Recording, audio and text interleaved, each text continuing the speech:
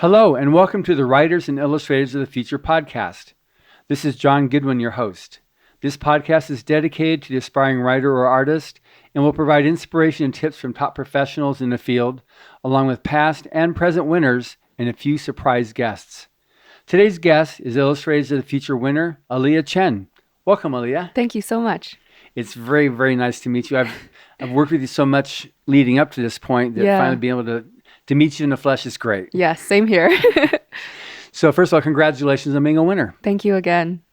So how did you find out about the contest originally? Yeah, so actually my sister found out about the contest, and originally it was hopefully we could get a scholarship to help fund our college career, but it really turned out into something a lot bigger and something that none of us expected. I didn't even expect to win, but it's really an honor to be here. That's great. Yeah. You did. You've done amazing media so far. And just as a winner, I've never seen on the one ABC show in Sacramento where they took a selfie with it. I've never seen it before. And they said, "We don't do this." Thank you so much. It was really fun being on there. Yeah, and they're going to have you back. Yeah. So, have you always wanted to be an artist? Definitely. It's one of those things where I feel like I've pretty much grown up as an artist. I was born as an artist. I've always loved drawing, and it's been something that I always go to whenever I'm stressed, or just something that I really use to let out my emotions and like my feelings. And it's something that I don't think I could live without. I love it a lot. Wow. Yeah. Now, your sister's also an artist? Yeah. So she's my twin sister, and we're basically exactly the same, which can be kind of bad sometimes, but we're going to the same college, we're in the same major, we have the same goals. And on the one side, it can be kind of competitive, but on the other side, we really help each other and really, really support each other. And I think without her being there, I probably wouldn't be where I am now, because she really pushes me forward, and I do the same for her.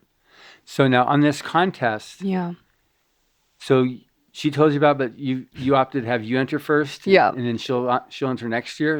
Has she already entered? She hasn't entered yet, but basically, we're kind of like a team. She like finds things, but she's really really nice in the fact that she always gives me the first opportunity a lot of the times, where we give each other the best opportunities that we can find. So it was really nice of her, and she's really happy for me too. And she'll be coming on Friday too. And it's just really amazing for both of us. So you're going to have your sister and then both your parents? Yes, both my parents, as well as a friend who goes to UCLA. So it's pretty convenient for her to come. Oh, that's great. Yeah.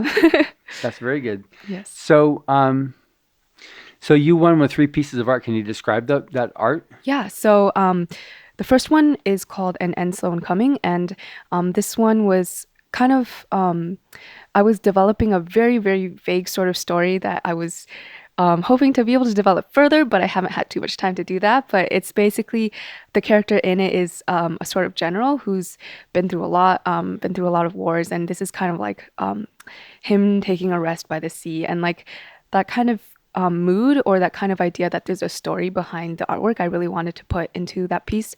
So I tried to do that through an interesting perspective, as well as use of lighting and color.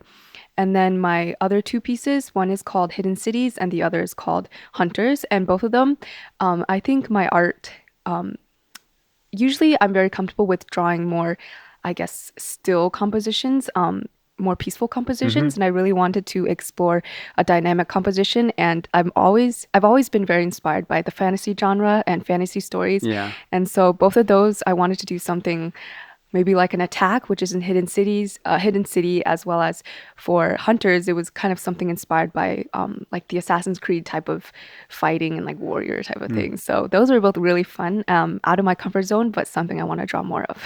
Well, you did great with it. Thank you so much. You won. Thank you.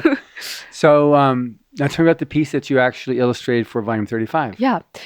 So I had a lot of fun with that piece. Also, a lot owing to the story itself. I thought it was a really, really good story. I really enjoyed reading it. The author, Elise, did a really amazing job of really fleshing out the world and world building and making the characters really lovable. And she gave me a lot of helpful notes as well.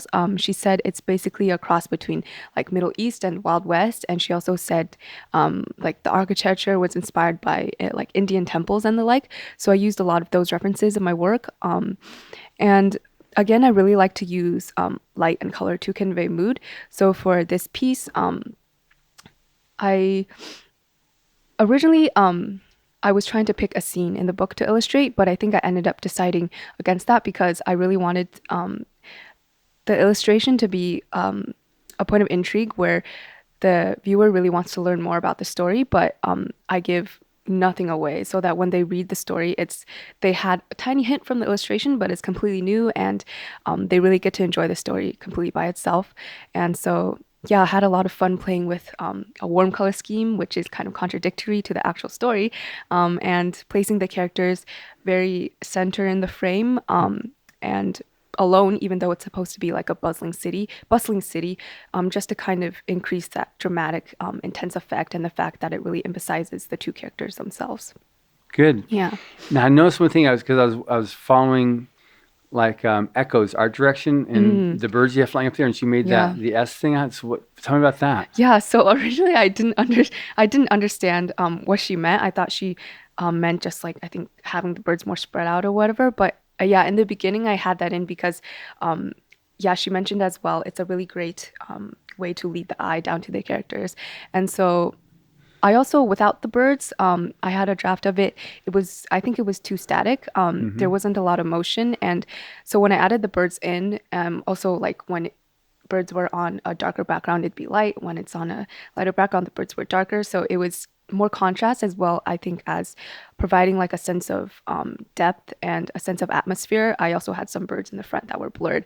So Echo's art direction was actually, super, super helpful because she said to make them in a more S-shaped curve, which added so much more motion. Before it was kind of like straight up, kind of like a funnel or something like that. So I guess it was a lot less, dynamic, a lot less motion, but she really, really helped with that. No, it was because I saw all of a sudden, because that was easy to follow. It was like, it just added to the aesthetics a lot of the actual painting itself. Definitely. And I loved how you had the one in the foreground were blurry. So it was like, it really gave that depth. And it was like, wow, that was intense how you did that. Thank you. That was great. Yes. Good. So what are you most looking forward to this week? Yeah. Oh man. There's just so many people here that like all these amazing artists, all these amazing writers.